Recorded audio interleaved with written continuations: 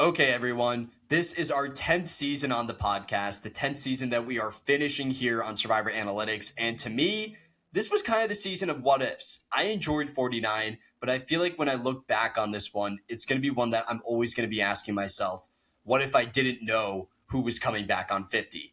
I think that had a large impact on my personal entertainment experience with 49. But welcome into the show. I'm the true expert, Clyde. We don't have the voice of the people today. We have the champion of our Survivor Analytics Fantasy League, the three-time champion. Alexis is here. Alexis, how's it going? And congratulations on your win.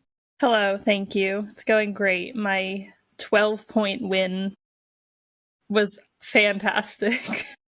I texted into the group chat. I was like, I would rather have a 12-point Alexis victory than live in a world where Jack is a two-time winner, because you saved us from like the dystopian timeline. Who did you have on your roster this year? Savannah, Steven, and Jeremiah. I forgot what pick you were. I'm surprised you got Savannah. I just assumed she'd be like a top pick because of the 50. She was the first pick. Yeah, I was first pick. There you go. I cannot believe Abby gave you the first pick after all the success you've had in this league. I think that Abby views first as like a detriment, like not necessarily a good thing, because she hasn't liked going early. So she texted and asked if I was willing to go first. And I was like, am I willing? I'm willing. I had a day where I was traveling and I spent a lot of time on trains. I spent like 11 hours traveling, I want to say like 3 weeks ago after Thanksgiving. So I had a bunch of downtime. And on the train, I went back and updated our spreadsheet for the fantasy league. And I realized that I've only drafted in the top 3 one time. And that's thanks to you. You're the only one to actually do me a solid, because I think if you draft towards the top, it's a major advantage to you because it's only a 3-round draft. Like, it doesn't balance out at the end of the day. Yeah. But we're here covering the finale. What are some of your surface level thoughts for this season and this finale? Like, were you satisfied with the ending of it all? I have the same thoughts as you, where I think I would have viewed it a lot differently if I hadn't known who was coming back. I think it really would have been a lot better. Like, yeah. it was good as it was, but knowing what was going to happen essentially kind of ruined a lot of it. Like, it would have been a better experience, but I thought that generally it was a good season. I thought so too. I think knowing who came back on 50 made me a little bit of a curmudgeon, because I was actively rooting against Rizzo and Savannah, knowing that they were more than likely going to succeed every round. Like, if we had a sneaky Sage or Sophie victory, it would have been crazy coming out of this finale. But instead, it's kind of what we all expected, which is tough for Savannah because this is her big moment, and I don't feel like the hype is as high as it normally is for your typical Survivor season. But we'll be going through all of it today. Final 5, Final 4, Final Tribal Council. We can start right at the beginning, post-Tribal Council, where Steven goes home. And there's 2 big notes here. You have, I guess, the celebration from Rizzo and the downfall of Soph. Rizzo is the sole guy on the beach. He has successfully convinced Sage and Christina that his idol expired at the final 6. Sophie is reflecting on her knowledge is power failure, her attempt to play it on Steven. I don't know if you felt this way, but going into the finale, I thought this was a 2-horse race. I thought Sophie was cooked just because of her misplay in the previous tribal. Like, how did you feel about that? Yeah, I thought she was too. I really didn't think she stood a chance anymore, which I could understand why she still did, and that was kind of a misread from me, because we saw, like, I don't know, before that I thought she at least stood a chance. And maybe the jury didn't take that as terribly as it was, like, on TV. But yeah, no, I didn't think she stood a chance after that. I thought that was, unfortunately, really embarrassing and hard to come back from. I do appreciate what Sophie does, like, towards the end of this season. I think she's a very self-aware player, and I like how in the final tribal she has that description of their trio where Savannah is the bronze, Rizzo is the strategist, and she's the social one, the one that's bringing them information. But I think it's just really tough for Soph when you have that big public moment to make an attempt to be the strategic force of the operation, and instead you kind of slide back into the social one. That's everything from the opening. And then we get right into the puzzle and challenge shenanigans. This was pretty ridiculous. The contestants need to collect puzzle pieces on the island, create a map with those puzzle pieces, then go and find an advantage for the upcoming challenge. We do one of these in every New Era season, and I typically hate it. I don't know how you feel about this entire segment of the episode. I didn't like it because of the advantage that was earned at the end of it. Yeah, I agree. The advantage was not very great this time. The part that Sophie ended up being able to skip was not the hard part at all. Like, it maybe saved a couple of seconds, like less Yes. than 10 seconds, probably, from what it looked like, which was crazy. At least for like how, as this season goes, it kind of just went exactly how everything else goes. Savannah's running laps around everybody. Rizzo is cheating on a puzzle, and Christina is fighting for her life. So it Yeah. didn't. Surprisingly, though, Sophie came out with the win at the end, which I guess could have been foreshadowing to her immunity win later. But That was the one moment of the episode where I thought, maybe Savannah doesn't win this thing. If Soap has a powerful enough advantage in the immunity challenge, maybe she wins that. And I think if Savannah is vulnerable at 5, she goes home. I Honestly, agree. like there's a bunch of rounds this season where if Savannah's vulnerable, she's knocked out of the whole game. That advantage, she essentially gets to skip half of the rungs on the ladder section of the challenge. I wish that they applied that to the barrel section of the challenge instead, because that's one where contestants seem to be struggling. Christina, in particular, could have used that. Immunity challenge here. It's your typical thing. Obstacle course ending with a shark themed puzzle, and I feel that the unofficial theme of Survivor 49 is sharks. 47 was bats, 46 was geckos, 45 was like knights in armor, but this season's all about sharks, and it's going to end in a shark puzzle, not a logo puzzle. Main highlights from this challenge for me. Soap's advantage is useless, as we talked about earlier, and the edit goes out of its way to show just how horrible Christina is in these challenges. She is slipping off the barrel. She can't go down a slide correctly for some reason. I feel like that's the one part of the challenge that anyone can do, and Christina still messes it up. But it ends the same way that every other immunity challenge ends, with Savannah winning her 4th individual immunity of the season. This is your chance. Savannah was on your fantasy team. You can give her all the props. I didn't take her, so Yeah, she did great as usual. I thought it was really funny how it could have partially been the edit and it might have mostly been Rizzo, but it seemed like everybody stopped their puzzle and was just watching her for like a really long time. Normally it's like, oh, they have one piece left, but it was like she had like 10 pieces left and Rizzo just goes, he just shrugs and he's like looking around and then they show Sophie like not really trying. And I'm like, is anybody able to do puzzles besides Savannah? It was it's weird. crazy. Like the pendulum has swung so much in the other direction. Back in 44, we had Carson memorizing every puzzle, and by 49, contestants don't practice them at all. I was watching one of Rizzo's exit press today, and he said that when he comes back on 50, the only thing he wants to change with his game is practicing fire and practicing puzzles, which honestly, there is some self awareness to all that. Yeah, I would hope he does. But with Savannah winning that, she's in an elite tier. She's with Rachel, Chrissy Hoffbeck, Jenna Maraska, Kelly Wigglesworth, and Kim Spradlin all in the 4-timers club, tying the women's record. And this might be a little bit harsh, and you might not like this take. I don't know if Savannah is as strong as some of those other women in the challenge arena. I think she's good, like, don't get me wrong. But if you look at who she was up against for most of this season, like, sometimes that statistic can be a little bit deceptive. I feel like you might have said the same thing about Rachel too. Did I say it about Rachel? I might have said it about Rachel. There's a couple contestants like that. I feel the same way about Colby too, who's in the 5-timers. But if you look back at who he's competing against in Australian Outback, it's like Tina, the Southern mom, Keith, late 50s, failed chef. I think who you go up against has a major effect on how many challenges you can win. I do think it does. I do also think that there is something to say about the way that new era challenges are. Not to take anything away from Savannah, but she was very good at one specific thing, which was the balance type challenges. There was a lot of them because there are always a lot of them, and like it seemingly she was at least okay at puzzles, and like you said, nobody was good at them. I don't know. It might to me be a lot of like the new era challenges are really similar. At the same time, like credit to Savannah, she catered her preparation for the show towards the challenges that she was going to get.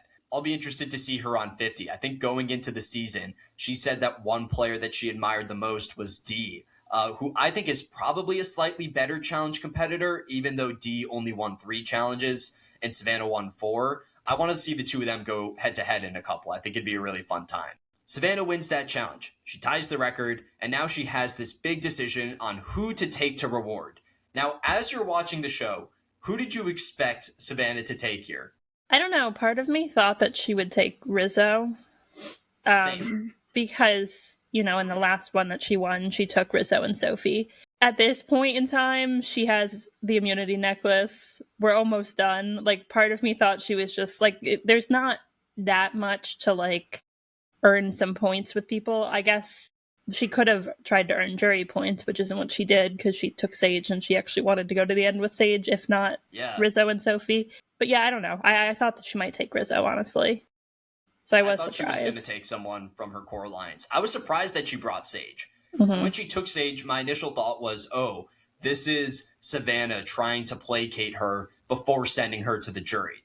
I did not expect Savannah to take a complete 180 and say, I actually want to roll with you to the final four. Because if she has this plan of voting out Christina, it's a good idea for her, and we'll dive into it a bit more. But if you're planning on sending Christina to the jury, maybe it's not a bad idea to give her a meal beforehand, because Christina was not happy with Savannah by the end of it. And I don't know if the time at the Survivor Sanctuary would have made a big difference, but I think it could have had some level of impact. I don't know that it would have. I think that Savannah had a really good read on the way that Christina felt towards her. Yeah. So I think that it would have been a wasted move to try to take Christina. And also, I just think they would have had a terrible time. Yeah. I don't think it would have been so awkward. So I understand not doing that. That makes sense. I guess that's a valuable characteristic in a Survivor player, is understanding when to give up on someone's jury vote. You reach a certain point in the season where you just need to acknowledge the fact that I'm not going to turn this person around. I'm better off investing my time in other people.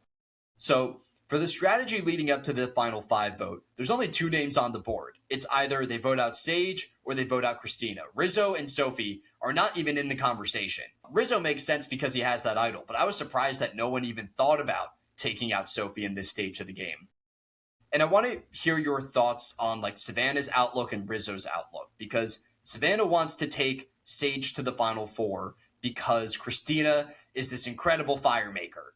But at the same time, Christina has a pretty horrific resume. Even Steven, her number one ally, admits a confessional that she's a sloppy ally. Christina was not winning this game. So how do you feel about this stage of the game for Savannah and Rizzo? Are they both playing optimally?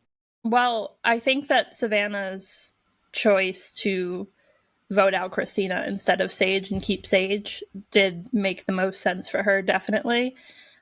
Which honestly, I give her credit for, because throughout the episode, it kind of seemed like she didn't realize that Rizzo and Sophie were so willing to turn on her and wanted to go against her. But at the same time, she still had the forethought to be like, I don't want to go against Christina and Fire. Part of me wonders if it's because she didn't want them to go against Christina and Fire either, because she wanted them at the end. So she thought that she was looking out for everybody. And I think that's why she was so surprised when they wanted differently, because her reasoning did make sense. I think that for Sophie and Rizzo, it would have been the right move to take out Sage, and I can't believe that they didn't. From their perspective, if you keep Christina to Final Four, you have the ammunition to knock out Savannah, which is their ultimate goal at this stage of the season.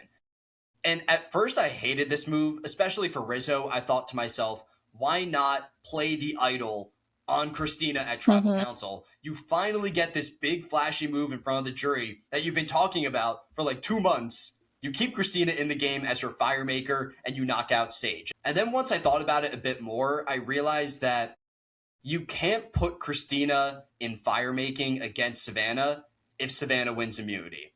Well, exactly. But that's why I think that they were playing scared. They were afraid to go against Christina. They weren't willing to take that risk, because there's a possibility Savannah's going to win, but there's a possibility she's going to lose. So you have to be willing.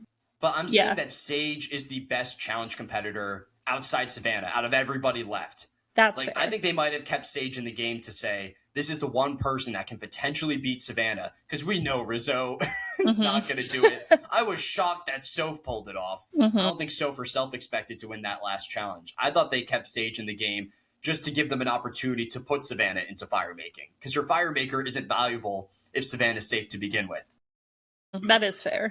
But we mentioned it. Tribal Council rolls around. It's a unanimous vote on Christina. 4 on Christina, 1 on Sage. And I got to give a lot of props to Savannah here. I'll admit that I've been kind of critical of Savannah's game this season. Similar to Rachel, I think she's mismanaged her threat level for a large stretch, and she's needed these immunity wins. It's impressive that she's been able to get those challenge wins, but I genuinely prefer contestants that like insulate themselves socially so that they don't need them at all to begin with. And I also felt that Rizzo was taking more of the strategic lead in a lot of their decisions, especially in that like midsection of the merge.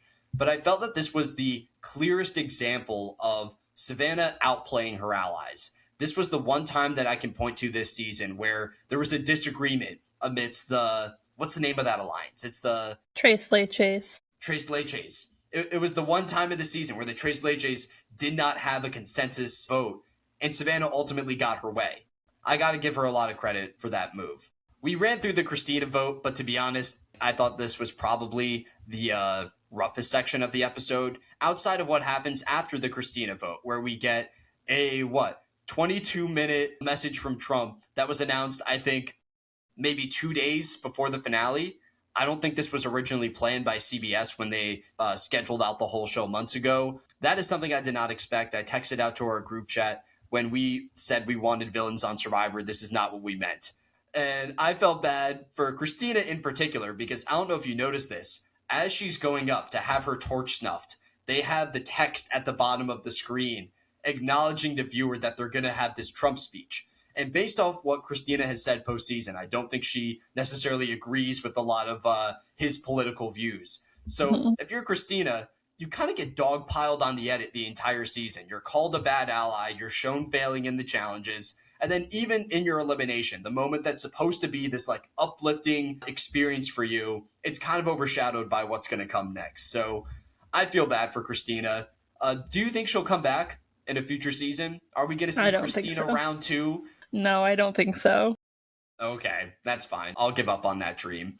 So Christina goes out, and we go from the Tribal Council, I think, immediately into the Immunity Challenge, right? Is there anything in between those two segments? No, it goes right into, I'm pretty sure. Final Immunity Challenge of the season. I'm excited. What is Survivor going to come up with? What innovative challenge are they going to put on screens? And guess what? It's exactly what we have grown accustomed to watching here.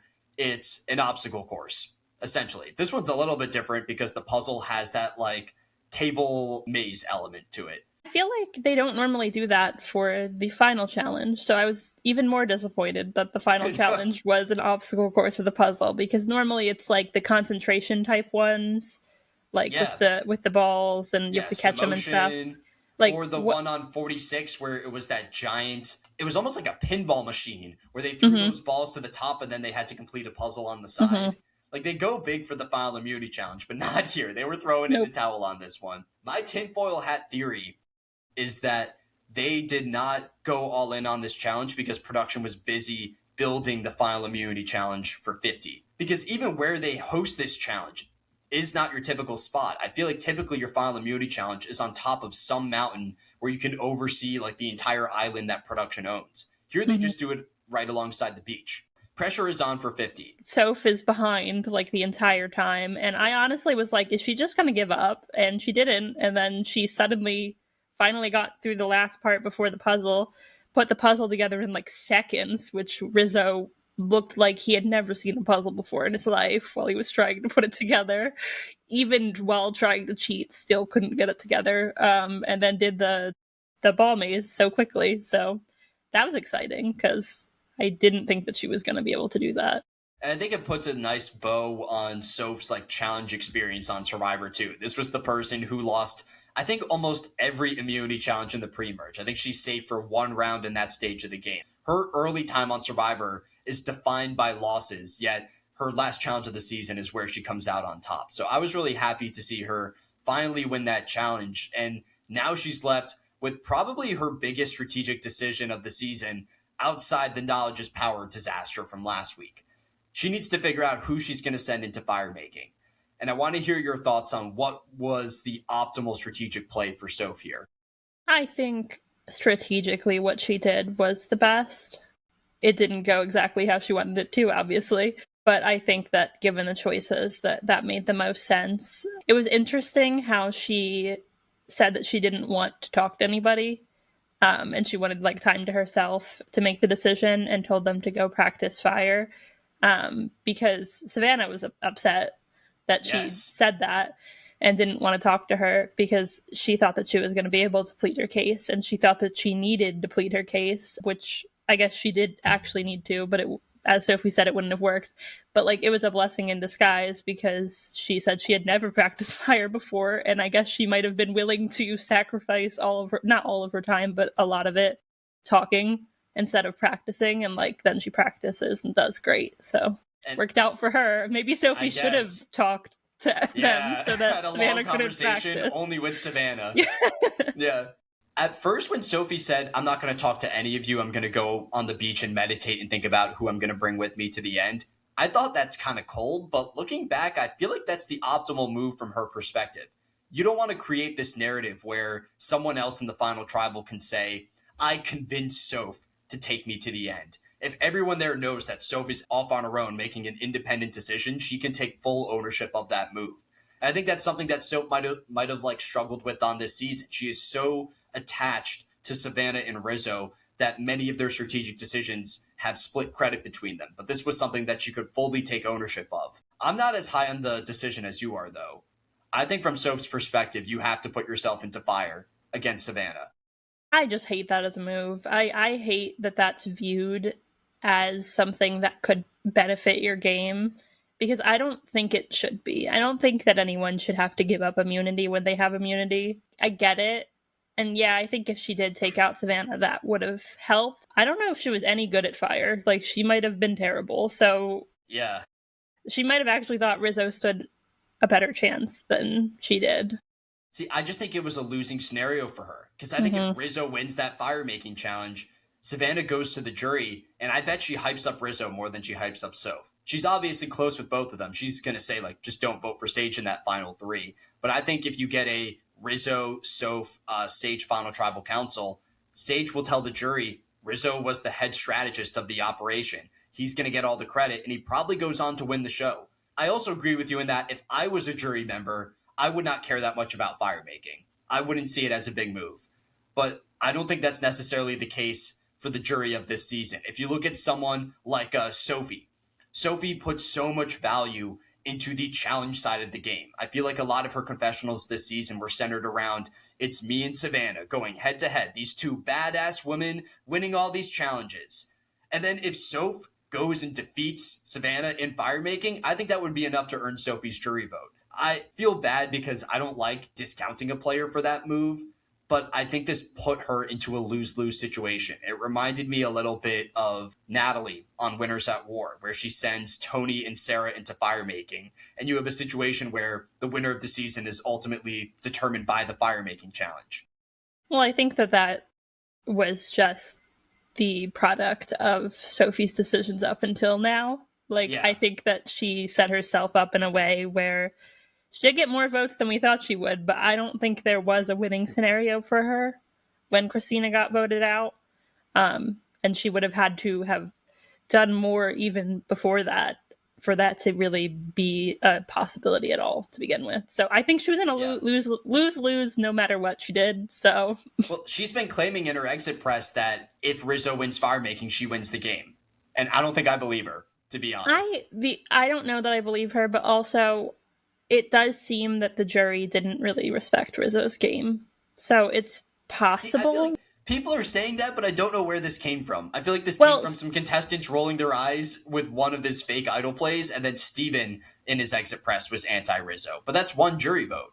I did. That's basically what I based it off of, what Steven Yeah. said. But I don't know. It's hard because I also don't feel like the jury looked like they liked Savannah very much either. Like, when Savannah Yeah. won fire making, they all looked sad. Everybody Yeah. looked sad. Like, no one looked like they were rooting for her. So no, I mean, I guess I do actually agree. Like, they seemed like they wanted Rizzo to win over Savannah. So I think that Rizzo probably would have still beat Sophie. Like sometimes you get juries in Survivor, like in 46, where it's more of a socially oriented jury than a strategically oriented one.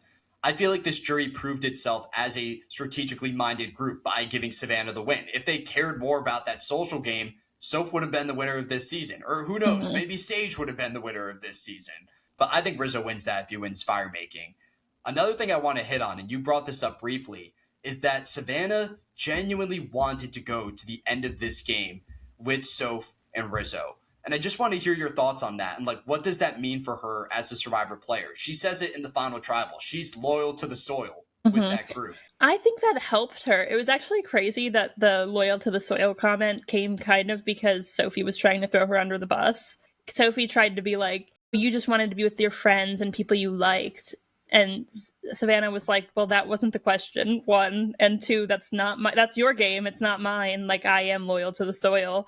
And I think that helped her because she had generally kind of a poor social game, but she could say like, sure, I didn't have the best social game with like every single person on the jury, but I was loyal to my group. For people who care about the social game and like relationships and everything, it kind of made her less of a villain, I think. Like Yeah. she was loyal to somebody. She was reactive with her mean girlness. She had poor relationships with some of these people, but that's because they all wanted to vote her out.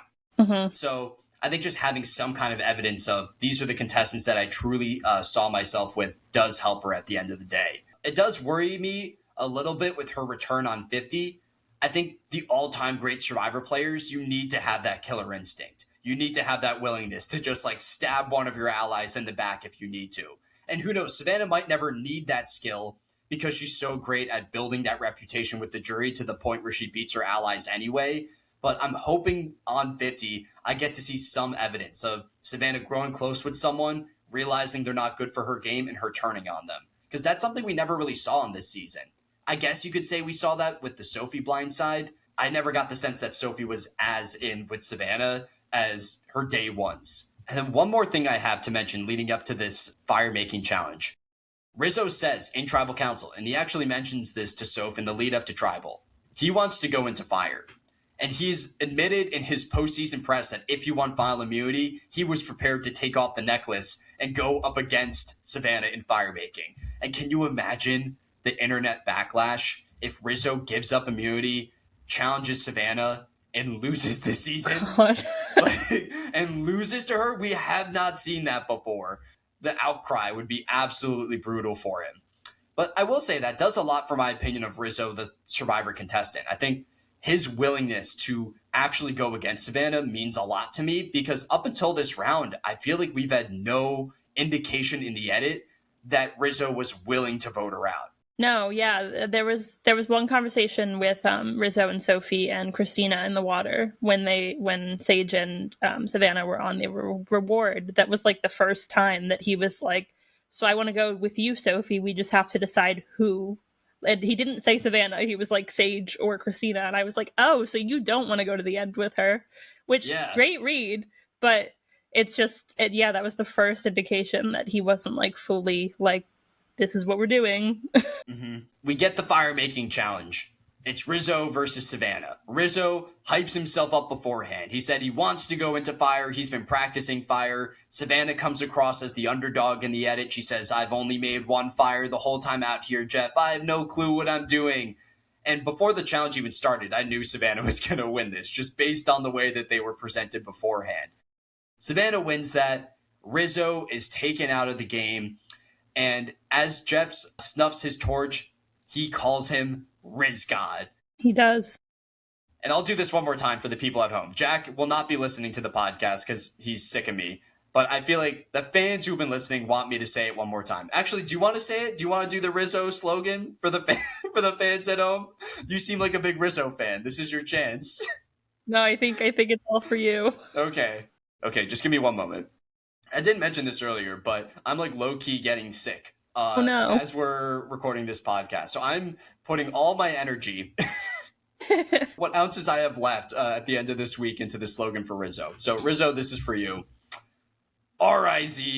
R-I-Z-G-O-D, Riz God, baby. I was so happy that he was on my fantasy team. Probably my favorite pick that I've ever made in Survivor Fantasy. And I said it in a previous podcast. I'm taking him with my inheritance pick for 50. You seem not as high on Rizzo as me, though. So I guess what are your thoughts on the Rizzo story on 49? I like him. If I were on the jury, I would have loved his game. I just wasn't sure if they did. I think that he played a great game. I think that I really liked what he said. I don't remember if I guess it was this episode, I think, where he said that I think it was during the reunion, that he wanted to use the idol as a weapon, which is Yes, something that hasn't been done in a long time. Like people are using the idols defensively, and he was like, I would like to weaponize this because I think it worked in the past and no one's doing it anymore. And I thought that was great. Like I really liked the way that he played. And yeah, was it sometimes probably annoying to be on the jury or his tribe mates and him be like, I'm gonna play this idol, haha, just kidding. Like I'm sure it was, but like he got himself to the end by doing that. I completely agree. I see a lot of like Tony in his strategic game because Tony Mm-hmm. did the same thing in Kagiyan, where round after round he was pulling out his bag of tricks and dangling them in front of the cast to force his agenda. I think Rizzo has a very similar approach on this season. And you mentioned it. I think he has such a strong understanding for the modern meta of Survivor. I think this cast is very influenced by 46, a season where contestants are voted out with idols in their pockets over and over again. So now contestants are just saying, hey, I have an idol. I'm giving myself a free round of immunity. Christina does it. MC plays her idol in a spot where she doesn't need to. Rizzo was the one person on this cast to use that item in a completely different way. And I think his bluff with the idol, this idea that it would expire at the final six, is probably the most impactful strategic move of the entire season. I think without that bluff, that final six tribal council goes a little bit differently. Sophie has said on Twitter that that was her idea. I don't know if that's I've true, and I heard wonder that if she too. says. I wonder if she said it during Tribal because she should have. I think if She that should truly have. was her idea, then she should have said that. And it's frustrating because from an editing perspective, we got how many times on this season of them saying, oh, there's this tight trio of Rizzo, Savannah, and Soph. Like we heard that over and over again, but we didn't hear all the crucial like pieces of the puzzle for that move that gave them the numbers at six. Even if Soph came up with the idea, I think Rizzo was the one who actually sold it. He's the one holding the idol and convincing people that it's going to last longer. I do wonder too about Rizzo coming back for 50. I wonder how he will play if he doesn't have an idol, if he doesn't have any Yeah. advantages, because I don't know that he was particularly good at searching for idols. Like the entire tribe was searching together and he's the one who Yeah. found it. Like I don't think that he's like 100% going to get another idol that he could use. Like I wonder what his game will be like if he doesn't have advantages to fall back on. Not saying it'll I'm be just bad definitely, but I'm just like curious to see what he would do, like how he would maneuver. That makes complete sense because I think his game is largely defined by his possession of the idol. He finds Mm-hmm. that thing, I want to say in like episode 2 or 3. We haven't seen Rizzo go to a tribal council, I don't think, without holding an idol. It'll be interesting to watch him on 50. I am so excited to see him interact with a lot of the old school contestants. Like if we get Jenna or Colby or Stephanie LaGrossa calling him Riz God, that will just make my day. What It'll about be such a Coach? weird or Coach calling him Riz God. Come on, man. I didn't even mention the person who Riz God will probably connect with the best on that entire cast, or I guess on that entire season, isn't even on the cast. It's Mr. Beast chumming it up on the island. I think they'd get along great. For sure. Do I have any other things I want to say about Rizzo? I'm checking my notes. I will admit that through the first like 50% of the episode, I have like half a page of notes. And then when Rizzo went home, I have half a page just glazing Riz God. Spoiler, I'm going to do a player ranking for this cast that will come out in probably like a week or so. I'm pretty sure that I'll have Rizzo number one overall. Like, I think he played the best social strategic game on the island. I'm down to go to the final tribal council and the contestants making their pitches. So we have Sage versus Savannah versus Soph. We got a bunch of different jury questions to go through here. I guess what's the first one that you want to dive into? I mean, I can start with the first one because that one I thought was interesting. Sophie asked From about Rizzo? like no, well, he didn't have a Uh, question. which is so unfair. Why did he not have a question? He was just the opening monologue for it. Have to assume he had a question and they didn't air it, right? Like, or did he really just truly not care? Like, he was like, my question is being like, great job, guys. Like, He's a nice guy, okay? I think everyone else got a moment on they the did. jury asking a question, except Rizzo. That's unfair.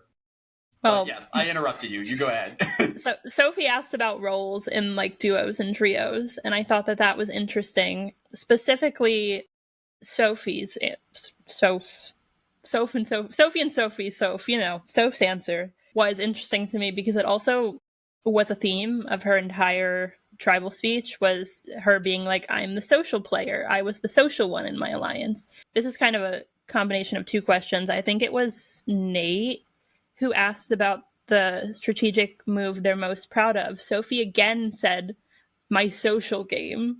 And I'm like, well, Yeah, so that's not a strategic move, one.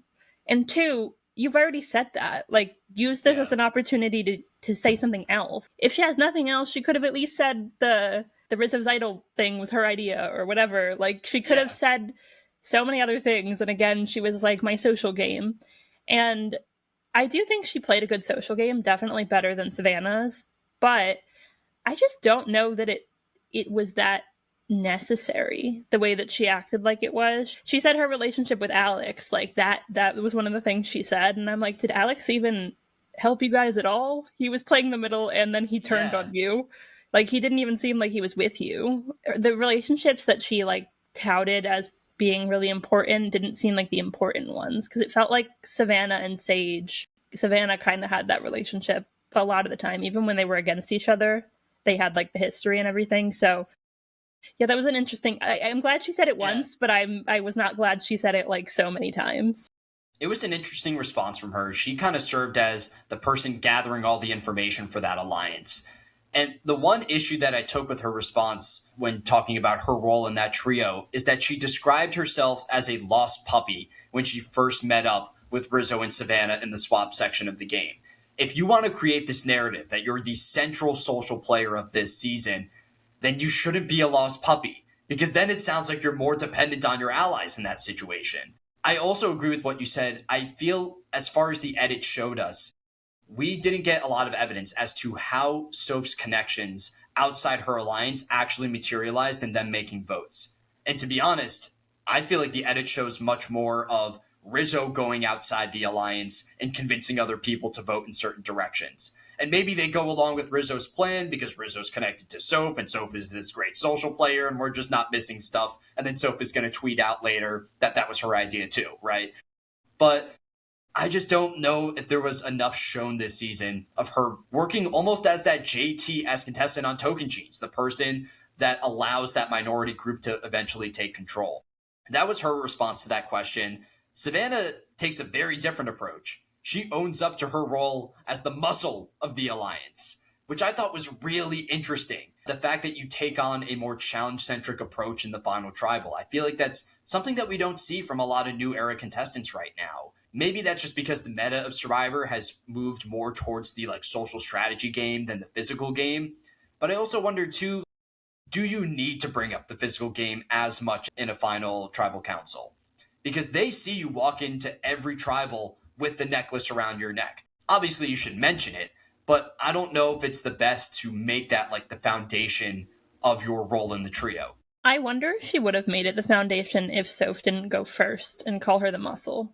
I wonder if she would Yeah, have like sold herself differently, but I think it was a really good move to not discount what Soph was saying because I think that that would have looked bad. It would have looked like you're either lying or like your alliance didn't really understand what was going on. Like, I think it would have been not the best move for her to be like, no, Soph, that's not true. I was the strategic head, especially because it seemed to kind of be Rizzo. I was glad that yeah. she said like we all had strategy, but like she didn't try to steal that from Rizzo either. Like she wasn't like I was all of the strategy of our alliance. Like I think she really owned what her game actually was.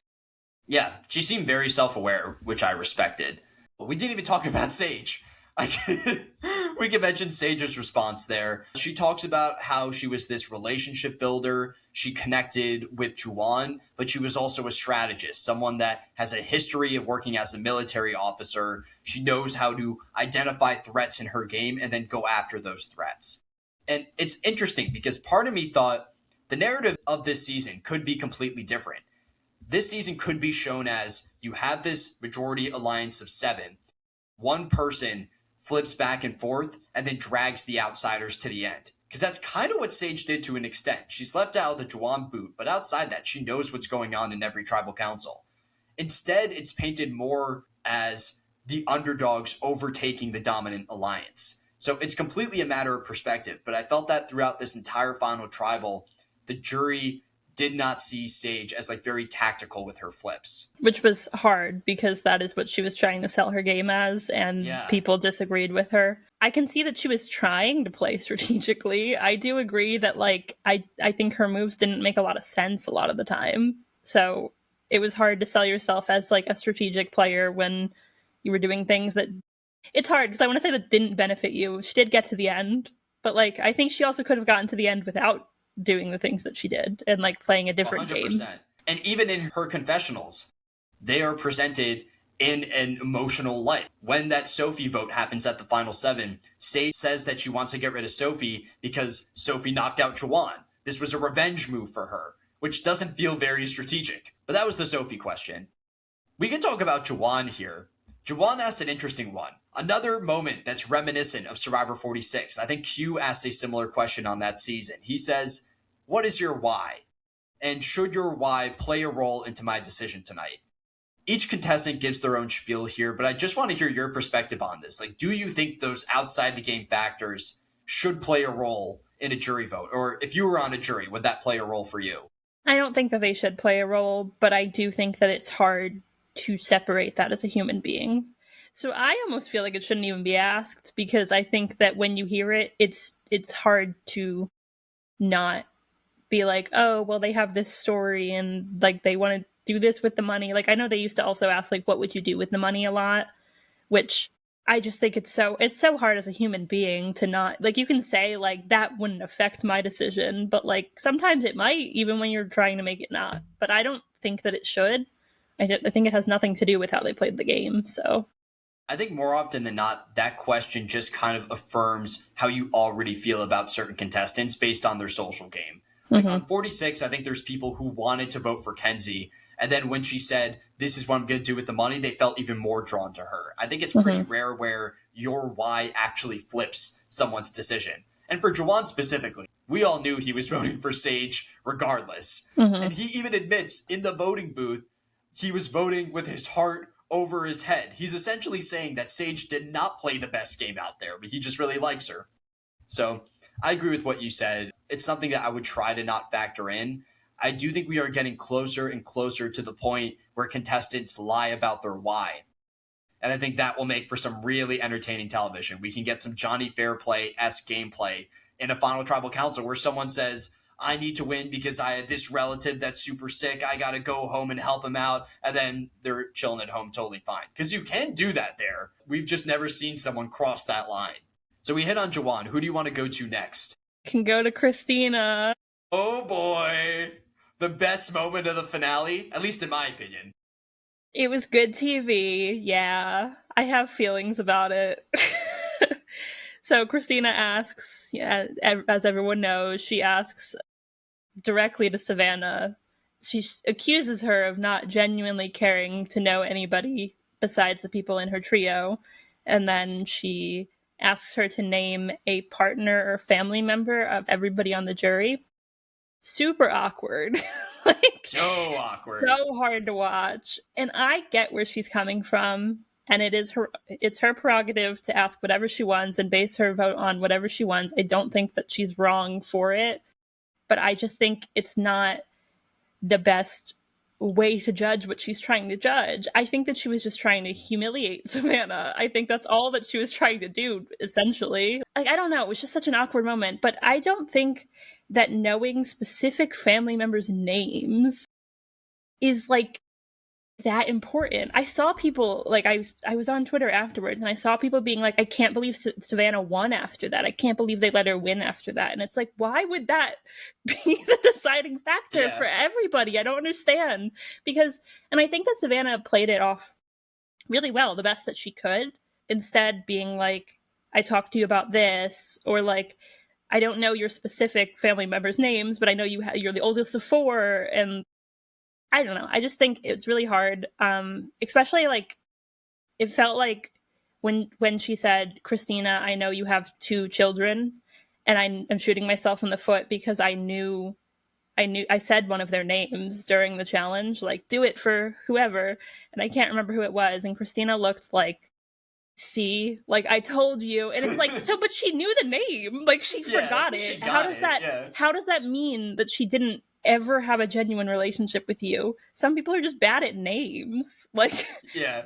And there was also, too, I was thinking about the way that I talk. I don't say people's names 95% of the time when I'm talking. If I were on the You island, just say you. no, but like when I'm talking about people, I'll be like my brother, Yeah. my fiance. I don't say their names, so I can see like a lot of these people, especially when they're all against Savannah. Like Savannah, they didn't want Yeah. to have a relationship with her either. It seems a lot of the time, them just being like, "Oh, my brother," and I think it's also like the people who didn't have partners or children. It's even harder for you to know a Yeah. name because I think that you would just say like my sister. I completely agree. I thought it was a whack question by Christina, but it made for great television. This was probably the best Final Tribal Council moment of the new era. I thought this was a real great taste of old school Survivor. Someone that went in there with no real intention of getting any information out of Final Tribal. Christina just wanted to embarrass Savannah. And how ironic is it that the girl who accused Savannah of being the mean girl ends up becoming the mean girl herself by the end of it all? I think that's a great storyline between the two of them. And on top of all that, I think Christina's question shows a fundamental misunderstanding of the season's jury. Even though Christina has been voted out, she spent time with everyone on Ponderosa, she still thinks that these people are going to vote based on the social game. And that was something that Savannah essentially forfeited in the first 5 minutes of the tribal council. She said, I was not the social one of the alliance. I was the muscles of the operation. I think this would have been way more impactful if Savannah went in there and was saying, I was the one building all these connections and bringing information in, but she never took ownership of that side of Survivor to begin with. With all that said, I hope we get more moments like this in the future. And Savannah's coming back on 50. We're going to have old school people on that jury. So you know Savannah's going to be going up to Jenna and Colby and Coach and writing down every name and every assistant coach that they've ever worked with in their lives. Yep, she's gonna put her memory skills to use this time, Yeah. and they won't even know why she's doing it. Yes, that'll They be haven't interesting seen too. this. If you're Savannah, you probably own up to the fact that you're a winner on that season. I think Yeah, it's so difficult to live under that lie that you did not win, given that the other two tribes each have a winner. and given that Rizzo's there too, because Rizzo would have to agree to hide that for her. I think Rizzo might be down to hide it for her, at I least for think a that little bit. I think that definitely they're. My guess is they're going to be down for hiding a lot of both of their games, but I think that being like I didn't win might be a little bit too far for Yeah, Rizzo, that's fair. maybe. Okay, so what questions do you still want to go through from the jury members? Think it was Stevens that I was thinking of. Well, he asked Sage why she voted out everybody in the 7-person majority alliance, which I guess can kind of follow up MC's question because Sage's answer for MC's question was voting out Steven was her like persuasive move, which I don't think was a good move. So I think that's what he like, this was it. And I think it was just funny that Steven followed it up with his question directly calling her out on why that didn't make any sense. That is a main issue with Sage's game. Like she answered it by saying they were all confirmed adversaries, which is great, but vote out some of the people on the other alliance first and then the confirmed adversaries on your Yeah, side. Like why are you just giving up the lead that you guys have? I would argue that Rizzo and Savannah and Soph were more so confirmed adversaries than Steven. As far as I knew, Steven wanted to ride to the end of the game with Christina Mhm, and Sage. So it goes against her narrative entirely. My mhm, favorite response to MC's question came from Soph.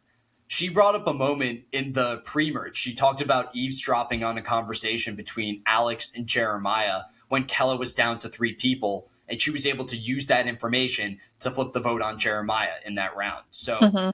it's rare that you see a contestant bring up pre-merge moments, and I'm happy that Soph did it because she overcame more in the pre-merge than anyone else sitting up there.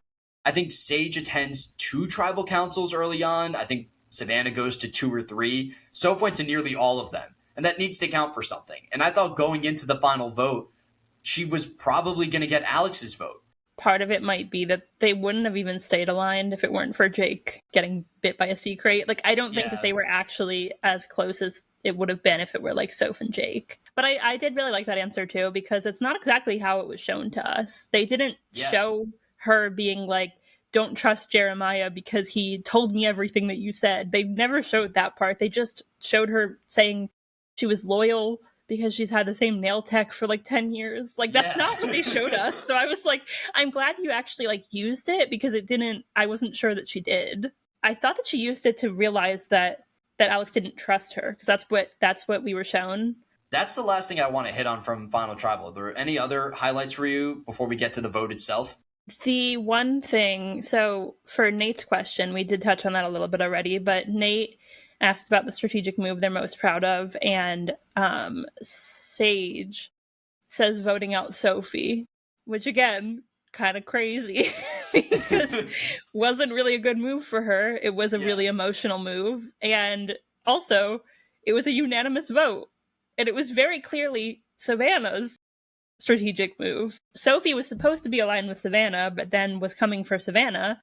And Savannah was like, I need to get her out, or else it's going to be me. And then she somehow convinces everybody to vote for Sophie. It was crazy that Sage was like, this is the strategic move I'm most proud of. And didn't Savannah take ownership of that move right before Sage gave her response? Like, it's so hard for you to change the narrative after Savannah gave that entire pitch. Maybe that's a pro tip for future Survivor players. It's really difficult to take ownership of a unanimous vote because everyone sees themselves as the main characters of their story. They're going to perceive themselves as the one guiding the ship there. You need to hone in on some vote that other people were left out of. And I don't think that was the case for Sage for a single vote this season, where she made a move that did not include Soph or Savannah.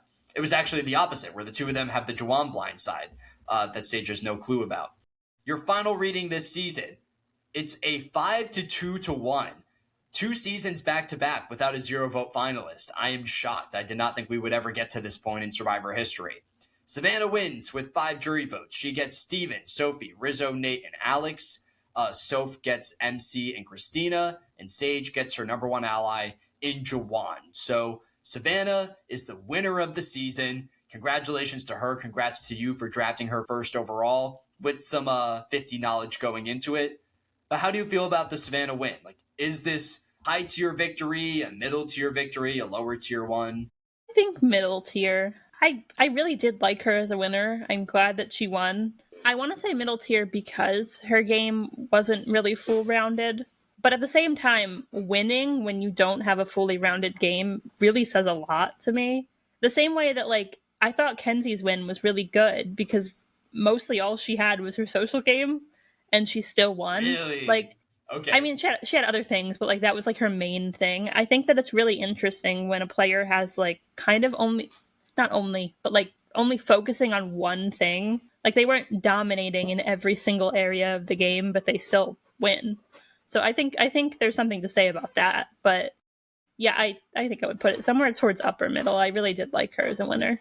So what was her one thing in your mind? Was it the challenge side? Was I it? guess, but I Because I do feel like think it that goes beyond just winning challenges. no, and I think that she definitely was extremely strategic, but it is hard when you're strategic in a trio. They really didn't have any differences until that last Christina vote, which she took ownership. Like she is the one who won out over that, but like the rest of her game was the three of them. They did everything together, so I think that it says a lot for her to come out as the winner.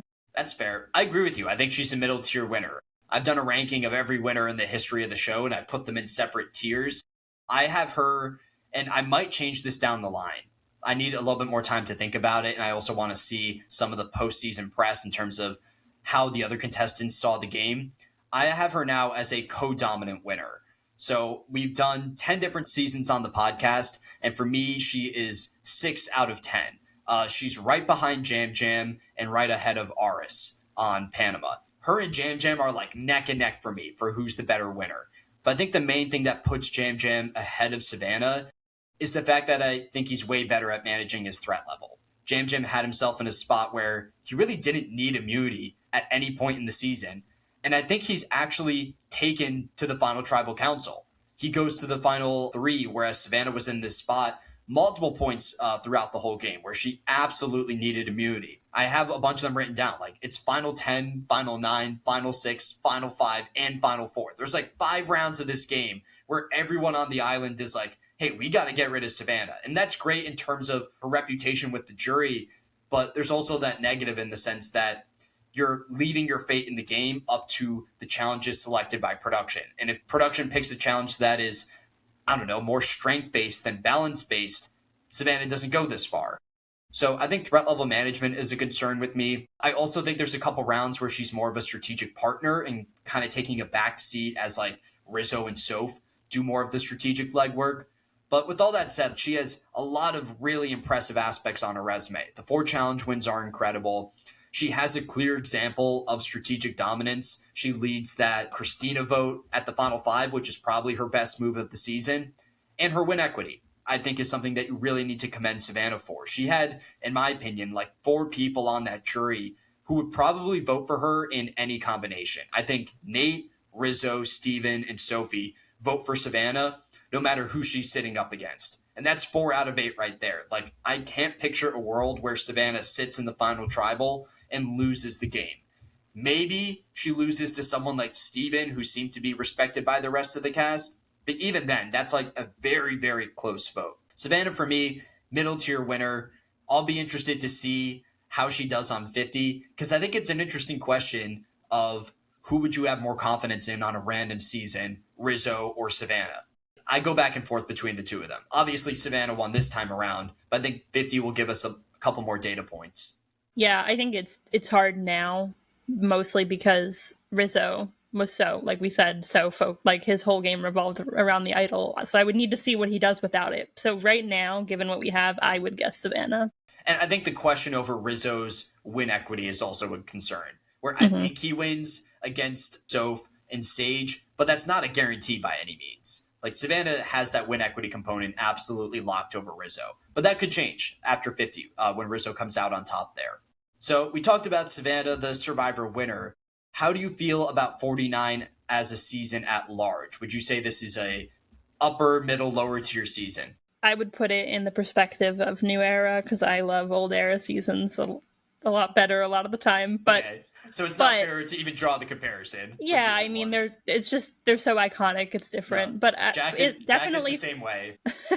definitely for the new era, I would say that this is in the higher tier. I would put it, and I do have to suspend the fact that I kind of knew what was going to happen. Like for a lot of it, I think that if I didn't, I would be even more like, wow, this was a really great season. I agree with you. I think the pre-merge is pretty boring. The pre-merge is pretty Mm-hmm. dull for a lot of it. Even though they have 2 swaps, which is unheard of in the new era, a lot of those votes are straightforward, but it picks up in Mm-hmm. the second half. And I think you have some great characters on this cast. Obviously, you got that trio, Rizzo, Savannah, Soph, but you've really compelling people in the pre-merge. Jake was an interesting character. Shannon, I thought, brought a lot to the TV screens. Like, people might not like Shannon, but she at Mm-hmm. least elicited some kind of feeling from the viewer, which not every pre-merge boot can actually do.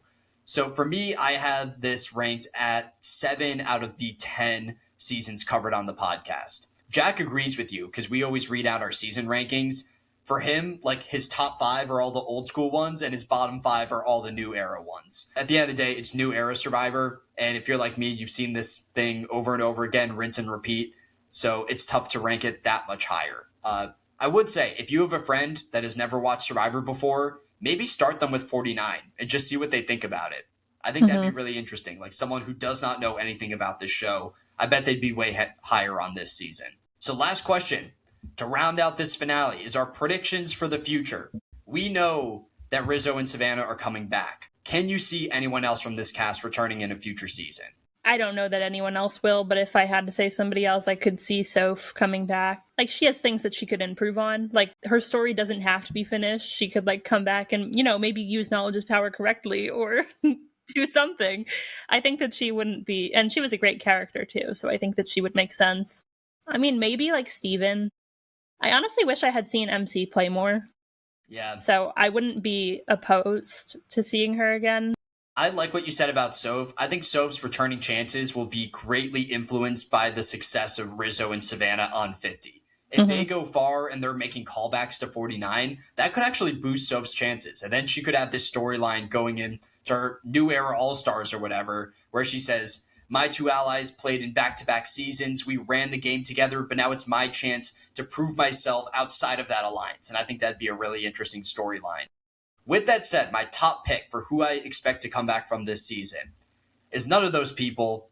I'm putting my money on Jake. I think we're going to see Jake again in the future. I think Jake reminds me a lot of. Do you remember Caleb in Co Wrong, the guy that was medically evacuated and they brought the helicopter in to get him off the island, and then he came back like 2 seasons later in Game Yeah. Changers? I think Jake is similar. He's not on screen that long. He's only on the show for 3 episodes, but he has that inspirational story going home in time for the birth of his son. He has the medical evacuation, and Jeff brought back Bruce for bumping his head. And That's Jake's was true. way more intense. So I feel pretty good about Jake. I guess last thing to hit on is just Survivor 50 trailer. What stood out to you from that trailer? How did you feel about it? Any big takeaways there? I thought it was cool that Coach opened it. I felt like that Yep. was really fitting. I don't know. It was interesting to not see a lot. Like I feel like we weren't even shown everybody who's on the season. I think it's going to be a good season. I think that there were questions about the cast and whether it was a good choice, but I think generally speaking it's pretty good, and I think that I'm excited to see how everybody plays together. See, I have a little bit of a different take from you. When the trailer opened and they're showing the cast and they're all going on that airplane and Coach is monologuing over it, in that moment, I'm like, this is great. This is a season for the fans that's focused on the cast. And then we get to like the 50% mark of the trailer, and I start to realize that in the hands of the fans does not mean us, Alexis. Like, the fans are not the general population. The fans are celebrities who watch Survivor. They're bringing Zach Brown. Is that the guy's name? He's like a country artist. Yeah, Is I it missed Zach that Brown or Zach entirely. Bryan? I don't know. I missed it entirely. I saw it on Twitter and I was like, who? There's a country Zach that goes on. They have the The Billie Billie Eilish Eilish Boomerang Boomerang Idol, Idol. whatever that means. I guess Billie Eilish is sponsoring the show. They got Mr. Beast rolling up on the beach. And there's nothing I want to see more than Mr. Beast and Colby hanging out in the Survivor Sanctuary. I hope it's them having those Mr. Beast bars or whatever horrible meal he sells to children, hanging out with Colby in the Survivor Sanctuary. So I'm getting a little bit more worried about this season. I think we're going to see more production interference than what I initially expected. And we're going to have interference not just from production, but from these celebrities who are fans of the show. But I question how legitimate of fans they actually are. I'm not gonna lie, I blacked out a lot of that. I wish I like did. I do agree. I hope that like a lot of that is like not real interference and it's just like, haha, here's Mr. Beast during a challenge and he has nothing to do with it, and like the idol's called the Billie Eilish thing, but it's just a regular idol. Like I don't know. That's That's what what I I'm can scared of. hope, but I don't know either. I think generally I am less down on the cast than I was at the beginning. I don't know how the season itself will be. I agree with that. I'm higher on the cast now, and maybe it's because I'm just desperate for a returning player season. But I Hmm. also wonder too, like Survivor has gotten so stale in the new era. We've seen the same thing recycled and repeated over and over again. Why not use 49 as the season to do all this test material? Why not bring Hmm. Mr. Beast on 49 instead of 50? And that way you allow 50 to be focused more so on the cast than all these other gimmicks surrounding it. I'm a little bit worried about that season. I think there's going to be a lot of episodes where me and Jack hop on here and we're going to spend more time talking about that week's gimmick than the actual strategic decisions made on the island. Alexis, thank you so much for co hosting the podcast with me. Any final messages for our listeners as the 3-time champion of the Survivor Fantasy League? I'm gonna win 50. Okay. We need someone else to win for like content purposes. We need some different storylines in the fantasy league. Just like the new era is getting stale, our fantasy league is getting stale with your dominance right now. Alexis winning is getting stale. It is getting stale because we've done how many seasons? 6, I want to say. And you've won 3 of them. You've won half of them right now. No one else has even won 2 yet. Yeah. Yes, yeah, you're right. No one's even won 2. But you have the big decision now. You get to pick the draft order for that season. And, I Mm-hmm. went out of my way to pick you for the finale podcast. I could have called up anyone from the fantasy league, and here I Uh-huh. am. Texted you first. The second Jack said he couldn't make it, I was like, I know just the person. I can use my social game right here. The bribery starts Yeah. already. But if you've been following along with the podcast, thank you so much for your support. It's been a fun season. It's crazy that we're 10 seasons into this, and it's been a really fun time. We'll be back for 50. Between now and then, there's not going to be as much content. I'll do a player ranking for this season. I might do like a year in review for Survivor, but it depends on the amount of time that I have. And we'll be back with Alexis for our next fantasy draft, and that should be a fun one. A 4-round draft, our longest one yet, because we have 24 contested. So thank you again so much for listening, and we'll catch you next season.